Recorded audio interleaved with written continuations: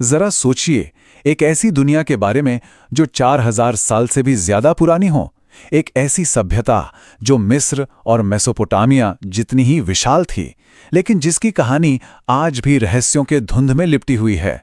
तो चलिए, आज हम इसी सिंधु घाटी सभ्यता की खोई हुई दुनिया में थोड़ा और गहरे उतरते हैं।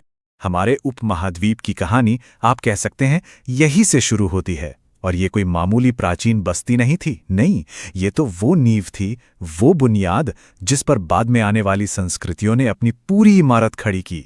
और बस यहीं पर आकर हमारी आज की पड़ताल का सबसे बड़ा सवाल खड़ा हो जाता है। देखिए, उनके पास शानदार शहर थे, व्यापार था, कला थी, सब कुछ था, लेकिन जो नहीं है वो हैं उनके शब्द। उनकी लिपि जो हजारों मोहरों और चीजों पर मिली है, उसे आज तक कोई पढ़ ही नहीं पाया है। तो सवाल यह है कि जब शब्द ही खामोश हों तो शुरुआत कहां से की जाए? शुरुआत होती है सबूतों से, और सबसे बड़ा, सबसे ठोस सबूत हैं उनके शहर। और ये सिर्फ बस्तियां नहीं थीं, नहीं, ये तो अपने जमाने से कहीं आगे भविष्य के शहर लगते थे। तो जब कोई लिखा हुआ रिकॉर्ड ना हो तो आर्कियोलॉजिस्ट को बिल्कुल एक जासूस की तरह काम करना पड़ता है। और इन शहरों की सड़कें और इमारतें, समझिए कि यही वो जगह है जहां सारे सुराग बिखरे पड़े हैं। जैसा कि इन नोट्स में दिख रहा है, हर एक गली, हर एक नाली अपनी एक कहानी सुना रही है। मतलब उनकी प्लानिंग का लेवल देखिए, सच में हैरान करने वाला है। मोहनजोदारो और हड़प्पा जैसे शहरों को अगर देखें तो सड़कें एकदम सीधी, एक दूसरे को 90 डिग्री पर काटती थी, बिल्कुल एक ग्रिड की तरह। हर घर में अपना बाथरूम था, अपना आंगन था, और उनका ड्रेनेज सिस्टम, अरे वो तो मतलब अपने समय से मीलों मीलों आगे था। ये जो लाइन है ना, ये अपने आप में सब कुछ बता देती है। मतलब ये सिस्टम सिर्फ उस जमाने के हिसाब से अच्छा नहीं था, ये तो आने वाली कई सदियों की कई महान सभ्यताओं से भी बेहतर था। उन्होंने साफ सफाई और पब्लिक हेल्थ की अहमियत को समझा था। एक ऐसा आइडिया जो उस युग के लिए आप सोचिए कितना क्रांतिकारी रहा होगा। ठीक है, तो शहरों की बड़ी बड़ी प्लानिंग से अब जरा हटकर उन छोटे छोटे लेकिन और भी ज्यादा रहस्यमयी सुरागों पर आते हैं जो वो अपने पीछे छोड़ गए। और वो है उनकी अनकही भाषा। ये है सिंधु घाटी की लिपि। मिट्टी की छोटी छोटी मोहरों पर, तांबे की पट्टियों पर, बर्तनों पर खुदे हुए ये खूबसूरत लेकिन एकदम रहस्यमयी निशान। ये दुनिया के सबसे बड़े अनसुलझे कोड्स में से एक है, समझिए। हर एक निशान अपने आप में एक पहेली। तो सवाल ये है कि आखिर इसे समझना इतना मुश्किल क्यों है? इसकी सबसे बड़ी वजह है किसी रोजेटा स्टोन जैसी चीज का ना मिलना। मतलब कोई ऐसा पत्थर या दस्तावेज जिस पर एक तरफ सिंधु लिपि हो और दूसरी तरफ कोई ऐसी भाषा जिसे हम जानते हों।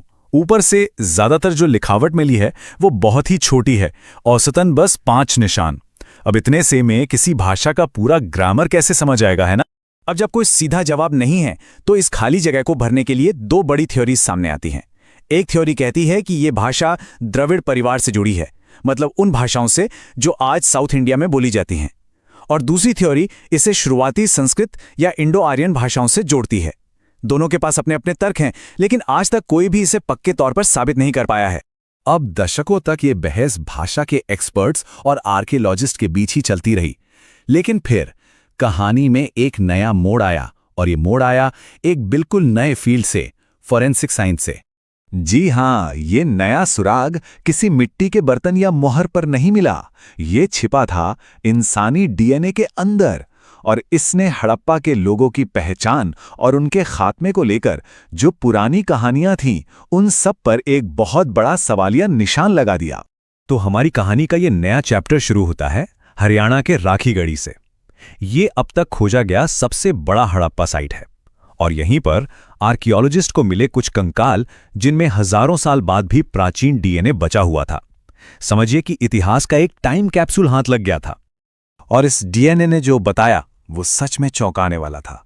इससे पता चला कि हड़प्पा के लोग कहीं बाहर से नहीं आए थे, वो यहीं के थे, इसी जमीन के। उनकी जड़ें हजारों साल पुरानी थीं। और सबसे जरूरी बात, इसने उस पुरानी आर्यन इन्वेजन थ्योरी को कि बाहर से आए लोगों ने सभ्यता को खत्म कर दिया, उसे साइंटिफिकली खारिज कर दिया। मतलब साफ था, हड़प्पा के लोगों का अंत किसी बाहरी हमले से तो बिल्कुल नहीं हुआ था। तो फिर सवाल वही है, अगर किसी हमले ने उन्हें खत्म नहीं किया तो फिर हुआ क्या? इतने एडवांस्ड शहर, इतनी बड़ी सभ्यता, आखिर जमीन निगल गई या आसमान खा गया? जवाब किसी एक चीज में नहीं है, जवाब है एक के बाद एक आई कई मुसीबतों में। ये कोई अचानक आई तबाही नहीं थी, बल्कि एक धीमा, दर्दनाक अंत था। समझिए, एक परफेक्ट स्टॉर्म जिसने सब कुछ तबाह कर दिया। सबसे पहले तो कुदरत ने साथ छोड़ दिया। क्लाइमेट चेंज हुआ, मॉनसून कमजोर पड़ गया और लंबे लंबे सूखे पड़ने लगे। इसके बाद जमीन के नीचे हलचल हुई, शायद भूकंप आए, बाढ़ आई, जिससे नदियों ने अपना रास्ता ही बदल लिया। सरस्वती जैसी नदी जो उनकी लाइफलाइन थी, वो सूखने लगी। और जब खेत सूखे, नदियां मर गईं, तो जाहिर है उनकी इकोनॉमी भी बैठ गई। खेतीबाड़ी खत्म और मेसोपोटामिया जैसी जगहों से जो व्यापार होता था, वो भी ठप हो गया। और इसका नतीजा, लोग अपने वो शानदार शहर छोड़ने पर मजबूर हो गए। वो पूरब और दक्षिण की तरफ छोटी छोटी ग्रामीण बस्तियों में जाकर बस गए। तो सभ्यता पूरी तरह गायब नहीं हुई, बस उसका रूप बदल गया। शहरी चमक फीकी पड़ गई और एक नया बिखरा हुआ ग्रामीण जीवन शुरू हो गया।